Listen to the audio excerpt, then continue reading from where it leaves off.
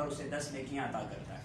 اور فرمایا کہ میں یہ نہیں کہتا کہ الف لام میم ایک حرف ہے، الف الگ حرف ہے، لام الگ حرف ہے، میم الگ حرف ہے. گویا کہ جو صرف الف لام میم پڑھتا ہے اسے 30 نیکیاں ملتی ہیں. اب پورے قرآن کریم کے اندر 6666 آیات ہیں، 3,21,250 حروف ہیں. آپ ملٹیپلائی کر لیں ایک حرف کو 10 کے ساتھ تو بات کہاں تک پہنچ جاتی ہے. اور اس کا اندازہ، اس کی قدر، اس کی اہمیت کا اندازہ تب ہوگا جب ہماری دنیا کی آنکھیں بند ہو جائیں گی، حقیقت کی آنکھیں کھلیں گی. محشر کے میدان میں جب ایک نیکی کرے انسان تڑپے گا، ہر ایک رشتہ دار کے پاس جائے گا، کوئی ایک نیکی دینے کے لیے تیار نہیں ہوگا. حتیٰ کہ وہ ماں باپ جو اپنی جان نچھاور کرتے ہیں دنیا کے اندر اپنی اولاد پر، وہ بھی اس وقت نظریں چرا لیں گے، نیکی نہیں دیں گے. اس وقت اندازہ لگے گا کہ ایک نیکی کتنی قدر و قیمت والی ہوتی ہے. تو یہاں پر یہ نیکیاں کمانے کا گویا کہ یہ سمجھ لیں کہ ایک اہم ذریعہ جو قرآن کریم ہے. تو قرآن کریم بہت ہی عظمت والی کتاب ہے. اور اللہ کے پاک پیغمبر صلی اللہ تعالیٰ علیہ وسلم نے ارشاد فرمایا خیرکم من تعلم القرآن وعلمہ، تم میں سے سب سے بہتر شخص ہوگا جو قرآن خود سیکھتا ہے اور دوسروں کو سکھاتا ہے. وہ سب سے بہترین ہے. ہمارے یہاں بہتری کے معیار کچھ اور ہوتے ہیں، لیکن اللہ کے نبی کے یہاں بہتری کا معیار کیا تھا؟ جو قرآن کو سیکھتا ہے اور دوسروں کو سکھاتا ہے وہ سب سے بہترین شخص ہے. کتنی بڑی سعادت والی بات ہے. خود قرآن سیکھے انسان اور دوسروں کو سکھائے تو وہ بہترین بن جاتا ہے. تو قرآن کریم بہت ہی عظمت والی کتاب ہے، بہت ہی شان والی کتاب ہے. اس قرآن کے ساتھ اپنا تعلق جوڑ لینا، اس قرآن کے ساتھ اپنا تعلق مضبوط کر لینا، یہ سمجھ لیں کہ ہماری دنیا اور آخرت میں کامیابی کا ذریعہ. اور یہ قرآن کو پڑھنا، قرآن کو سیکھنا، یہ ہمارا حق ہے اور ہمارے والدین کا فرض ہے کہ ہمیں قرآن سکھائیں. حضرت عمر فاروق رضی اللہ تعالیٰ عنہ کے دور میں ایک شخص شکایت لے کر آیا. اس نے آ کر شکایت کی کہ امیر المومنین، میرا جو بیٹا ہے اتنا بڑا ہو چکا ہے اور اس کے باوجود اس کے اندر ادب نام کی کوئی چیز نہیں. انہوں نے پوچھا کیا بات ہے؟ کہا یہ میرا ادب و احترام نہیں کرتا، گالیاں دیتا ہے، میری عزت نہیں کرتا. حضرت عمر نے ایک سوال پوچھا کہ کیا تم نے اس کے حقوق پورے کیے تھے؟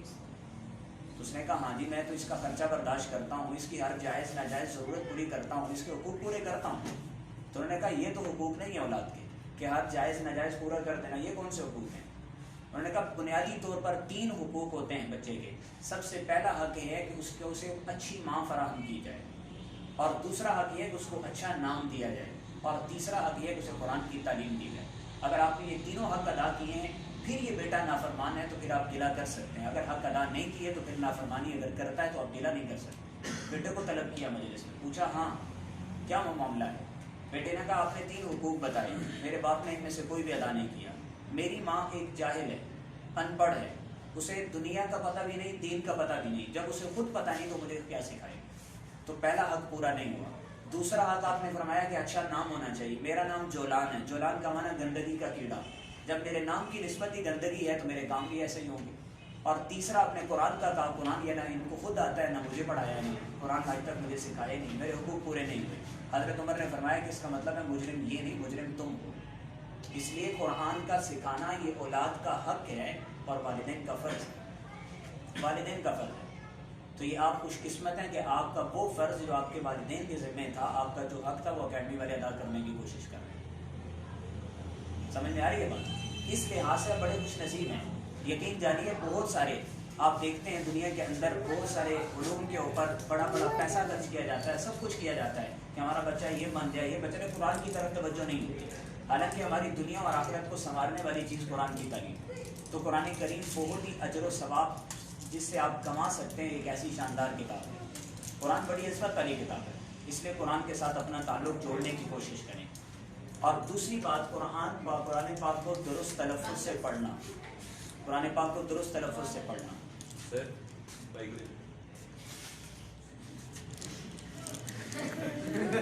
قرآن کریم کو درست تلفظ سے پڑھنا یہ انتہائی ضروری ہے. یہ انتہائی کیا ہے؟ ضروری ہے. جب آپ قرآن کو صحیح انداز میں پڑھ نہیں سکتے تو اس وقت تک قرآن، جب تک آپ کو پڑھنا نہیں آتا قرآن کو سمجھ نہیں پائیں گے. سب سے پہلے ہوتا ہے پڑھنا. جب آپ پڑھیں گے تو اس کو سمجھنے کی کوشش کریں گے. اور قرآن کو پڑھنا ہر مسلمان کے لیے لازم ہے. قرآن کو صحیح تلفظ کے ساتھ پڑھنا اور اس کو سیکھنا ہر مسلمان کے لیے لازم ہے. ضروری ہے کہ اسے قرآن پڑھنا آنا چاہیے. افسوس کی بات یہ ہے کہ غیر مسلم لوگ قرآن پر اتنی ریسرچ کرتے ہیں کہ وہ آج قرآن کی ان گہرائیوں تک پہنچ چکے ہیں جہاں تک مسلمان نہیں پہنچے. اور ہم کیا ہیں، اتنا افسوس ہوتا ہے کہ ہمیں قرآن پڑھنا نہیں آتا. میٹرک تک ہم پہنچ جاتے ہیں, ہمیں قرآن پڑھنا نہیں آتا. وجہ کیا؟ ہمیں قرآن پڑھنا سکھایا نہیں جاتا.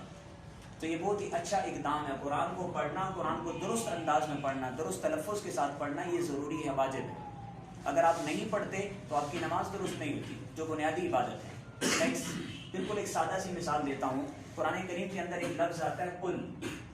چاروں قل مشہور ہیں. قل هو اللہ احد, قل یا ایھا الکافرون, قل اعوذ برب الفلق, قل اعوذ برب الناس. چاروں مشہور ہیں. قل, یہ جو کاف ہے, یہ کاف کو موٹا پڑھتے ہیں. کاف کو کیا پڑھتے ہیں؟ پر آواز سے پڑھا جاتا ہے. آپ اگر اس کاف کو باریک پڑھتے ہیں تو معنی بدل جاتا ہے. یہ ہے قل. قل کا معنی آپ کہہ دیجئے, آپ کہہ دو, تم کہہ دو. اسی کو آپ پڑھتے ہیں قل پتلے کاف کے ساتھ. اس کا معنی ہے کھاؤ. اس کا معنی کیا ہے؟ کھاؤ. کہاں کہو اور کہاں کھاؤ, کتنا فرق پڑ گیا. اسی طرح ایک مثال ہے, یہ ایک لفظ ہے قلب. کیا ہے؟ قلب, موٹے کاف کے ساتھ. اس کا معنی ہوتا ہے دل. اس کا معنی کیا ہوتا ہے؟ اسی کو اگر آپ پڑھتے ہیں قلب پتلے کاف کے ساتھ, باریک کے ساتھ, اس کا معنی ہوتا ہے کتا. کتنا فرق آ گیا. یعنی کہ ایک لفظ کے غلط پڑھنے کی وجہ سے معنی مفہوم بدل جاتا ہے. آپ نماز پڑھ رہے ہیں, نماز کے اندر اگر آپ ایسے ادائیگی کرتے ہیں کہ اس کا معنی بدل گیا اور معنی ایسا ہو گیا کہ جو بالکل آپ یہ سمجھ لیں کہ عقائد بھی غلط ہو جائے گی, تو نماز خراب ہو جائے گی, نماز نہیں ہوگی. تو اس لیے قرآن کو تلفظ کے ساتھ سیکھنا ضروری ہے. اللہ کے نبی کا فرمان ہے کہ اقرأوا القرآن بلحون العرب واصواتها, قرآن کو عربوں کے لہجے اور ان کی آوازوں میں پڑھو. اور زینوا القرآن باصواتها, قرآن کو خوبصورت کرو اپنی آوازوں کے ساتھ. اس لیے قرآن سیکھنا ضروری ہے. قرآن پڑھنے کے اندر دو طرح کی غلطی ہوتی ہے. ایک ہوتی ہے لحن جلی اور ایک ہوتی ہے لحن خفی. لحن غلطی کو کہتے ہیں. لحن جلی کا مطلب ہوتا ہے ایسی غلطی جو بالکل ظاہر ہو, اور لحن خفی ایسی غلطی ہوتی ہے جو بالکل ظاہر نہ ہو. اگر لحن جلی نماز میں ہو جائے تو نماز فاسد ہو جاتی ہے, نماز ٹوٹ جاتی ہے. لحن خفی جو ہوتی ہے اس سے نماز نہیں ٹوٹتی بہرحال. لیکن پھر بھی اگر قرآن آپ غلط پڑھتے ہیں تو نہ آپ کی نماز درست ہوتی ہے, نہ آپ کی عبادات درست ہو سکتی ہیں. اس لیے قرآن کو درست تلفظ کے ساتھ پڑھنا انتہائی ضروری ہے, انتہائی ضروری ہے. ٹھیک ہے. اور یہی چیز سکھانے کے لیے آپ لوگوں کو جمع کی ہے کہ آپ لوگوں کو قرآن کریم صحیح تلفظ کے ساتھ پڑھنا ہے. آپ کو کیسے آئے گا قرآن پاک پڑھنا؟ جب تک آپ کی بیس نہیں بنے گی کبھی بھی آپ قرآن صحیح نہیں پڑھ سکتے. بیس کیا ہے؟ آپ کو بنیادی طور پر قاعدہ آنا چاہیے. جو الفاظ ہیں کہ وہ کہاں سے ادا ہوتے ہیں, یہ اللہ تعالیٰ کا نظام ہے. اللہ تعالیٰ نے ہر حرف کے نکلنے کی ایک جگہ رکھی ہے جس کو مخرج کہتے ہیں. جس کو کیا کہتے ہیں؟ مخرج کہتے ہیں. جو بھی ہے, با دونوں ہونٹوں سے ادا ہوتی ہے, واو دونوں ہونٹوں سے ادا ہوتی ہے, فا دونوں ہونٹوں سے ادا ہوتی ہے. اب کچھ حروف ایسے ہیں جو دانتوں کے ضلع کے ساتھ تعلق ہے. تا ہے, زبان کی جو نوک ہوتی ہے وہ دانتوں کے پچھلے حصے کے ساتھ ٹکرتی ہے تو تا ادا ہوتی ہے. سا جو ہے اسی طرح ہر حرف کے نکلنے کا ایک مخرج ہے, اللہ تعالیٰ نے وہ ایک متعین کیا ہے. جب وہ وہاں سے ادا ہوتا ہے تو وہ درست ادا ہوتا ہے, جب وہ وہاں سے ادا نہیں ہوتا تو درست ادا نہیں ہوتا, اس کا معنی بدل جاتا ہے. تو یہ چیزیں آپ کو سکھائی جائیں گی بیسیکلی کس چیز کے اندر؟ قاعدے کے اندر. کہ آپ کو قاعدہ پڑھایا جائے, وہ بنیادی تلفظ آپ کو بتائے جائیں کہ آپ نے کس لفظ کو کہاں سے ادا کرنا ہے. جب یہ چیزیں درست ہو جائیں گی, قرآن کریم کی تلاوت کا انداز آپ کا بالکل درست ہوگا. لہجہ ہر انسان کا اپنا ہوتا ہے, اس پر تھوڑی سی مشق کر لیں, لہجہ بہتر ہو جاتا ہے. آپ بہترین قاری بن سکتے ہیں, بہترین تلاوت کر سکتے ہیں. اور قرآن کو جتنے اچھے انداز میں پڑھیں گے اتنا آپ کو ثواب بھی زیادہ ملے گا. اور قرآن کریم کا اجر و ثواب پہلے بھی ذکر کر چکا ہوں, ایک حرف پر اللہ پاک 10 نیکیاں عطا کرتا ہے. تو پورا قرآن جو تلفظ کے ساتھ پڑھے گا اس پر کتنا اجر و ثواب ہوگا؟ بے شمار اجر و ثواب ہوگا. اور سب سے بڑھ کر یہ ہے کہ یہ اجر و ثواب, قرآن ایک ایسی کتاب ہے جسے آپ سمجھ کے پڑھیں یا بلا سمجھے پڑھیں, دونوں صورتوں میں ثواب ہوتا ہے. سمجھ کے پڑھیں گے تو ثواب زیادہ ہوگا, بلا سمجھے پڑھیں گے تب بھی ثواب ہوتا ہے, تب بھی ثواب ہے. اتنی عظیم کتاب ہے. تو ہم بحیثیت مسلمان ہمارا یہ فرض بنتا ہے کہ کم از کم ہمیں قرآن کریم صحیح پڑھنا تو آنا چاہیے. سمجھنا تو دوسرا درجہ ہے, پہلا درجہ قرآن کو پڑھنا آنا چاہیے. اور یہ بڑے انتہائی افسوس کی بات ہے کہ آج ہمارے گھرانوں کے اندر, ہمارے معاشرے کے اندر اس چیز کی طرف توجہ نہیں دی جاتی. بچوں کو قرآن پڑھنا نہیں سکھایا جاتا. ایک فرق ہے, بہت بنیادی فرق ہے. دنیاوی تعلیم میں ہم پتہ نہیں کہاں سے کہاں پہنچ جاتے ہیں. میں یہ نہیں کہتا کہ دنیاوی تعلیم میں آگے نہ چلیں, آپ دنیاوی تعلیم میں اتنا آگے بڑھ جائیں کہ دنیا کو مات دے دیں, کوئی حرج والی بات نہیں ہے, بہت اچھی بات ہے. لیکن ساتھ ساتھ اپنے مذہب جو ہماری بنیادی چیز ہے, جس کی بیس پر ہم یہ دنیا میں بھیجے گئے ہیں اور جو ہماری کامیابی کا راستہ ہے, اس کی طرف ہمیں آنا چاہیے. اور وہ راستہ یہ ہم قرآن کو سیکھیں. قرآن پڑھنا ہمیں آنا چاہیے. قرآن پڑھنا نہیں آئے گا تو کل کیا کریں گے؟ قیامت کے میدان میں کیسے جواب دیں گے؟ کیسے اللہ کے نبی صلی اللہ تعالیٰ علیہ وسلم کا سامنا کر پائیں گے؟ ہم اپنے اکابر کی، اپنے اسلاف کی زندگیوں کو دیکھیں تو ان کا اوڑھنا بچھونا قرآن تھا۔ حضرت عثمان غنی رضی اللہ تعالیٰ عنہ کتنا قرآن پڑھا کرتے تھے، اتنا قرآن پڑھا کرتے تھے، ہر وقت قرآن ہی پڑھتے رہتے تھے، ہر وقت قرآن پڑھتے۔ بعض حضرات کے بارے میں یہاں تک آتا ہے کہ بزرگ گزرے ہیں وہ رمضان کے مہینے میں 63 دفعہ 63 مرتبہ قرآن پاک مکمل کیا کرتے۔ ہماری پوری زندگی گزر جاتی ہے 63 مرتبہ قرآن مکمل نہیں ہوتا۔ آگے وہ کیسے پڑھتے تھے؟ عادت بن جاتی ہے، جب انسان پڑھنا شروع کرتا ہے تو اسے وہ لطف آتا ہے۔ دنیا کی کوئی بھی کتاب اٹھا لیں، آپ ایک مرتبہ پڑھ لیں، آپ کو دوسری مرتبہ پڑھنے میں کبھی لطف نہیں آئے گا۔ دنیا کی کوئی مووی اٹھا لیں، ایک مرتبہ دیکھیں، دوسری مرتبہ دیکھنے کا وہ لطف نہیں آئے گا آپ کو۔ لیکن قرآن ایک ایسی عظیم و شان کتاب ہے، جتنی مرتبہ پڑھیں گے اتنا ہی لطف دوبارہ ہوتا ہے۔ جوں جوں آپ اس کو پڑھتے چلے جائیں گے آپ حیران ہوں گے کہ قرآن پڑھنے پر آپ پر کیسی کیفیات آ رہی ہوں، آپ سوچ نہیں سکتے۔ حضرت امام احمد بن حنبل رحمۃ اللہ علیہ بہت بڑے بزرگ گزرے، ان کا اوڑھنا بچھونا قرآن تھا۔ اوڑھنا بچھونا کیا تھا؟ قرآن تھا۔ دن کو بھی قرآن پڑھتے تھے، رات جب ہوتی تھی لوگ سوتے تھے وہ نفل شروع کرتے تھے، اس میں قرآن پڑھنا شروع کر دیتے تھے، پتہ ہی نہیں چلتا تھا کب فجر ہوتی تھی، کہتے تھے ٹائم کم پڑ گیا، جلدی فجر ہو گئی، قرآن پڑھتے تھے۔ اللہ تعالیٰ نے ان کو کیا مقام اور مرتبہ دیا۔ مجھے آپ کو کسی بھی ادنا سے امتی کو خواب میں اللہ کے نبی کی زیارت ہو جائے تو ہم سمجھتے ہیں کہ ساری دنیا کی سعادتیں ہمیں مل گئی، ایسا ہی ہے نا، ساری دنیا کی سعادت مل گئی، ساری دنیا کی خوشی مل گئی۔ حضرت امام احمد بن حنبل کو قرآن پڑھنے کی وجہ سے اللہ نے یہ سعادت دی تھی کہ آپ کو خواب میں اللہ کی زیارت ہوتی، آپ کو خواب میں اللہ کی زیارت ہوتی۔ خواب میں زیارت ہوئی، پوچھا اللہ سے کہ اللہ تیرے قرب کا سب سے بہترین ذریعہ کیا ہے؟ تو اللہ نے فرمایا احمد میرے قرب کا سب سے بہترین ذریعہ کہ قرآن کی تلاوت کرو۔ انہوں نے پوچھا کہ فامن بلا فامن، سمجھ کے پڑھو یا بلا سمجھ کے پڑھو؟ فرمایا سمجھ کے پڑھو تب بھی قرب کا ذریعہ ہے، اور بلا سمجھے پڑھو تب بھی قرب کا ذریعہ ہے۔ تو کتنی عظیم و شان کتاب ہے، آج ہمارا اس کے ساتھ تعلق نہیں۔ حقیقت یہ ہے کہ آج مسلمانوں کی ذلت اور پستی کا سب سے بڑا سبب قرآن سے دوری ہے۔ اقبال نے اسی لیے کہا تھا وہ معزز زمانے میں مسلمان ہو کر ہم خار ہوئے تارک قرآن ہو کر۔ ہم نے جب سے قرآن چھوڑا ہے ذلت اور پستی ہمارا مقدر بن چکی ہے۔ آج بھی اگر ہم عروج چاہتے ہیں، بلندی چاہتے ہیں، اپنی نسبت قرآن کے ساتھ جوڑ لیں۔ ایک آخری اگزامپل دے کر بات کو ختم کرتا ہوں۔ قرآن کریم کی نسبت کتنی اونچی نسبت ہے، جو اپنا تعلق قرآن کے ساتھ جوڑ لیتا ہے اللہ اسے کتنی بلندیاں عطا فرماتا ہے، میں اور آپ تصور بھی نہیں کر سکتے۔ قرآن کا جو غلاف ہوتا ہے نا، غلاف کے لیے جو کپڑا خریدا جاتا ہے، عام طور پر ہمارے معاشرے کے اندر جو ٹرینڈ پایا جاتا ہے، جو رواج پایا جاتا ہے وہ کیا ہے؟ ہم نے جب قرآن کے لیے غلاف لینا ہو، ہم کسی بڑی کپڑے کی دکان پر جا کر اسے یہ نہیں کہتے کہ اعلیٰ قسم کا قیمتی قسم کا تھان کھولو اور اس میں سے پیس کاٹ کے دے دو، یہ نہیں کہتے۔ ہم کیا کہتے ہیں؟ کوئی کٹ پیس پڑا ہو تو وہ دے دو، قرآن کا غلاف بنانا۔ بلکہ بعض اوقات دکاندار کیا کہتا ہے، اچھا قرآن کا غلاف بنانا ہے، کوئی بات نہیں، اس کے پیسے بھی نہیں لیتا، ویسے لے۔ یعنی وہ کپڑا جو بالکل بے قدر و قیمت ہوتا ہے، جس کی کوئی قیمت نہیں ہوتی، حتیٰ کہ دکاندار پیسے تک وصول نہیں کرتا، اس کپڑے کا ہم غلاف بناتے ہیں۔ لیکن وہی بے قدر و قیمت کپڑا جس کی کوئی قدر و قیمت نہیں ہوتی، جب وہ قرآن کا غلاف بن جاتا ہے تو وہ اتنا احترام والا ہو جاتا ہے کہ جہاں پر ہم قرآن کو اونچی جگہ رکھتے ہیں وہاں اس غلاف کو بھی اونچی جگہ رکھتے ہیں۔ جہاں قرآن کا ادب کرتے ہیں وہاں اس غلاف کا بھی ادب کرتے ہیں۔ جہاں قرآن کو چومنا سعادت سمجھتے ہیں وہاں اس غلاف کو چومنا بھی سعادت سمجھتے ہیں۔ اب اگر کوئی سوال کرے کہ ایک بے قدر و قیمت کپڑا تھا جس کی قیمت بھی نہیں تھی، اس کا اتنا احترام کیوں ہے؟ تو جواب یہی ہے کہ قرآن کی نسبت کی وجہ سے۔ میں اور آپ ذرا ہوش میں آئیں اور سوچیں کہ کیا ایک بے جان کپڑا، بے جان چیز، اس کی نسبت جب اللہ کے قرآن کے ساتھ جڑے تو وہ اتنا محترم ہو جائے کہ ہم اسے آنکھوں سے لگانا بھی سعادت سمجھتے ہیں۔ تو ایک میں اور آپ عقل و شعور رکھنے والے انسان اگر وہ قرآن کے ساتھ اپنی نسبت جوڑ لیں تو اللہ کتنا اونچا مقام ہے، ہم تصور بھی نہیں کر سکتے۔ اس لیے اپنا تعلق قرآن کے ساتھ جوڑیں۔ میں ایک بار پھر مبارکباد پیش کرتا ہوں، یہ جو اقدام ہے بہت ہی اچھا اقدام ہے، آپ سب بڑھ چڑھ کر اس میں حصہ لیں۔ اور یہ حافظ صاحب جنہوں نے پڑھانا ہے، اللہ تعالیٰ ان کو جزائے خیر عطا فرمائے، ان کا یہ سمجھنے میں شکر گزار ہونا چاہیے آپ لوگوں کو۔ اپنے تلفظ کو بہتر کریں، اپنے تلفظ کو بہتر کریں، قرآن پڑھنا سیکھیں، قرآن کی تلاوت کو اپنا معمول بنائیں۔ آپ جتنا قرآن کی تلاوت زیادہ کریں گے اتنا ہی اجر و ثواب آپ کو کیا ہوگا؟ زیادہ ہوگا۔ اتنا ہی جتنا قرآن آپ پڑھیں گے اتنا قرآن کو پڑھنے میں آپ کو لطف آئے گا، اور قرآن کے ساتھ جب آپ کا تعلق جڑ جائے گا، یقین مانے لوگ کہتے ہیں موسیقی روح کی غذا ہے، موسیقی روح کی غذا ہے، لیکن موسیقی اس روح کی غذا ہے جو روح کیا ہو؟ بالکل مردہ روح، اس کی غذا ہے۔ جو زندہ روحیں ہوتی ہیں ان کی غذا کیا؟ قرآن کی تلاوت ہے، ان کی غذا کیا ہے؟ قرآن کی تلاوت ہے۔ ہم دنیا کے اندر اگر قرآن کی تلاوت کریں گے، آخرت میں اللہ حضرت داؤد کی آواز میں ہمیں قرآن سنائے گا۔ جنت میں انسان کو جو آواز ملے گی وہ آواز داؤدی ہوگی.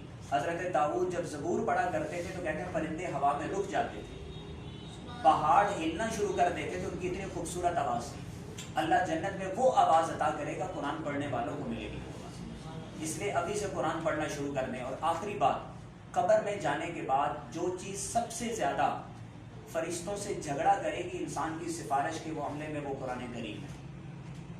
اس لیے حدیث میں آتا ہے کہ جو شخص روزانہ رات کو سونے سے پہلے سورۃ الملک کی تلاوت کرتا ہے, تبارک الذی بیدہ الملک وہو علی کل شیء قدیر, 29ویں پارے کی پہلی سورت ہے, جو اس کی پابندی کے ساتھ تلاوت کرتا ہے, جب وہ قبر میں اس کو رکھا جائے گا تو کہتے ہیں قرآن ایک انسانی شکل کی صورت میں اس کے سامنے آ جائے گا, اور فرشتے جب اس کو اگر کوئی سزا دینے کی کوشش کریں گے تو قرآن جھگڑے گا, یہ مجھے پڑھتا تھا, اسے کچھ نہیں کہنا. قرآن سفارش کرے گا. اس لیے آتا ہے القرآن حجۃ لک او علیک, قرآن یا تیرے حق میں سفارشی ہوگا یا تیرے خلاف سفارشی ہوگا. اگر قرآن پڑھیں گے تو ہمارے حق میں سفارشی ہوگا, اگر قرآن کو چھوڑ دیں گے تو ہمارے خلاف سفارشی ہوگا.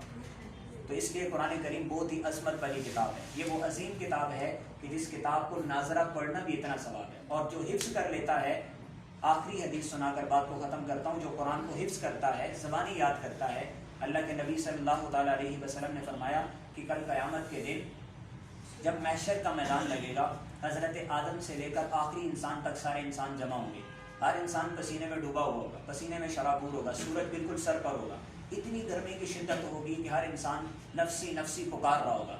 اس وقت میں اللہ حافظ قرآن کو یہ مقام عطا کرے گا, سب کے سامنے اللہ, ساری مخلوق کے سامنے اللہ تعالیٰ بلا کے کہے گا اقرأ وارتقی ورتل کما کنت ترتل فی الدنیا فإن منزلتک عند آخر آیۃ تقرأ بها.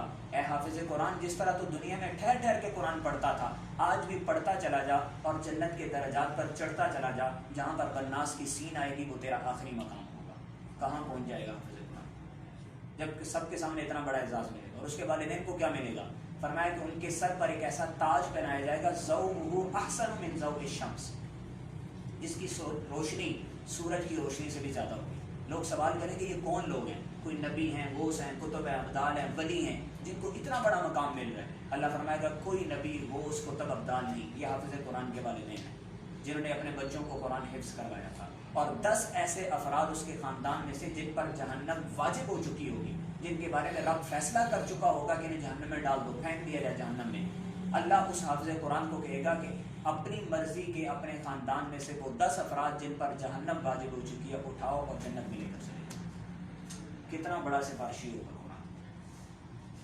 تو اس لیے آپ کا تعلق قرآن کے ساتھ جوڑا جا رہا ہے.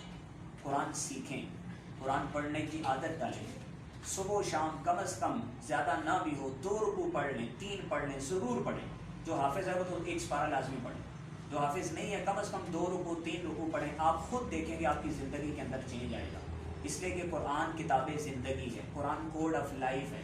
قرآن محض طاقوں میں سجانے کے لیے نہیں آیا, قرآن اس مقصد کے لیے نہیں اترا کہ بیٹی کو رخصت کیا جا رہا ہے تو اس کے سر پہ قرآن رکھ دیا جائے, ساری زندگی اس نے پڑھا ہی نہ ہو. قرآن کا یہ مقصد نہیں ہے. قرآن ہمیں زندگی گزارنے کا طریقہ سکھاتا ہے. قرآن کو پڑھیں, قرآن کو سمجھیں, آپ خود دیکھیں گے کہ آپ کو کتنا لطف آئے گا قرآن کو سمجھنے کے اندر. بس میری آخری یہی ہے, آپ کو نصیحت یہی ہے کہ قرآن کے ساتھ اپنا تعلق جوڑ لیں. آپ قرآن کے ساتھ جوڑیں گے, اللہ آپ کو ایسی بلندیاں عطا کرے گا کہ آپ سوچ بھی نہیں سکتے. جو قرآن کے ساتھ اپنا تعلق جوڑتا ہے, لوگ اس کا اصل نام ہی بھول جاتے ہیں, اس کو القاب سے پکارا جاتا ہے. کوئی حافظ صاحب کہتا ہے, کوئی قاری صاحب کہتا ہے, کوئی کیا کہتا ہے. اس لیے قرآن کے ساتھ اپنا تعلق جوڑ لیں. یہی آپ سے آخری جو ہے نا درخواست ہے, اور یہی آپ کو نصیحت کی جا رہی ہے کہ یہ جو آپ کو موقع دیا جا رہا ہے, اس موقع کو ہرگز ضائع نہ جانے دیں. پابندی کے ساتھ روزانہ قرآن سیکھیں. میں حافظ صاحب سے بھی یہ گزارش کروں گا کہ کوشش یہ کریں کہ بیسک جو ہے نا بنیاد, بیس سے لے کر چلیں. بچوں کو عموماً ایسا ہوتا ہے کہ بچوں کے تلفظ درست نہیں ہوتے, ان کے تلفظ درست کروائیں. کسی موڑ پر, کسی جگہ پر, کسی قسم کی کوئی پریشانی آتی ہے, میں جب بھی آپ کو ضرورت پڑے گی انشاءاللہ میں حاضر ہوں. مجھ سے کوئی پوچھنا چاہتے ہیں قرآن کے حوالے سے, قرآن کی تجوید کے حوالے سے, قرآن کو درست پڑھنے کے حوالے سے, الحمدللہ میں نے 4 سال کا کورس کیا ہوا ہے تجوید کا, جو قرآن کو قرات کے ساتھ پڑھتے ہیں. کسی معاملے میں آپ کو کہیں پر کوئی رکاوٹ آتی ہے تو آپ کسی وقت بھی پوچھ سکتے ہیں, میں ہر وقت حاضر ہوں انشاءاللہ. آپ لوگ کوشش کریں, قرآن پڑھیں, انشاءاللہ اللہ تعالیٰ آپ کی دنیا بھی سنوار دے گا اور آپ کی آخرت بھی سنوار دے گا. وآخر دعوانا ان الحمدللہ.